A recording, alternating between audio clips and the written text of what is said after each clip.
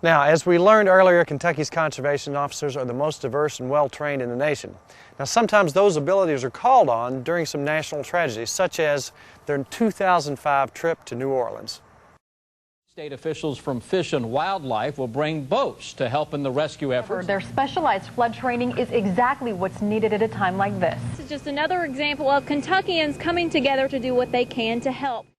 Basically on Friday afternoon, I had an editor come up to me about 5 o'clock and telling me that the mission that you guys were going on and that we could send a photographer along, not a reporter, just a photographer. They only had one spot, and they asked if I'd be willing to go.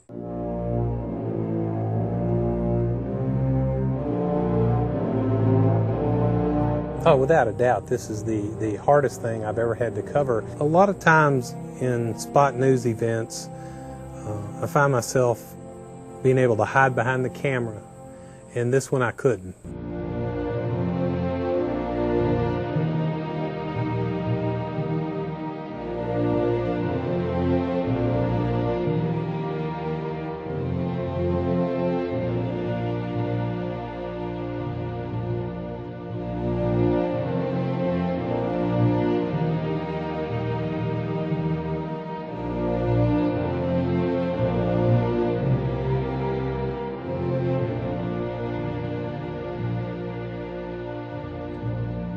Somebody asked me what I thought of these guys on about the second day of the trip, and I think I described them as a great big happy dysfunctional family.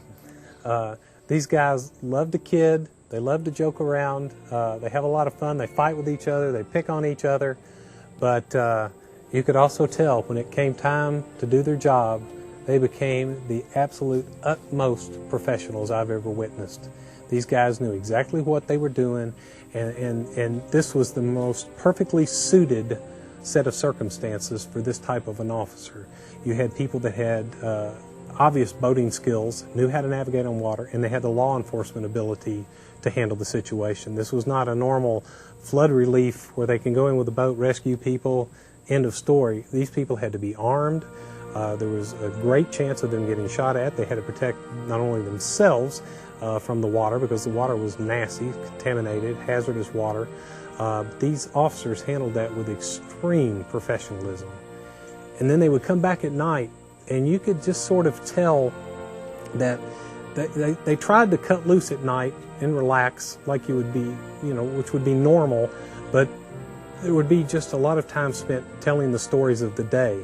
And you could just sense that a lot of these officers were wearing their hearts on their sleeves, right below their badges, that they were feeling this, that it was affecting them. They talked a lot about their family. I heard a lot of them talk about how they need to really appreciate what you have. You have a home, you have a family to go to, that a lot of people today lost everything they had. So these officers showed an awful lot of courage.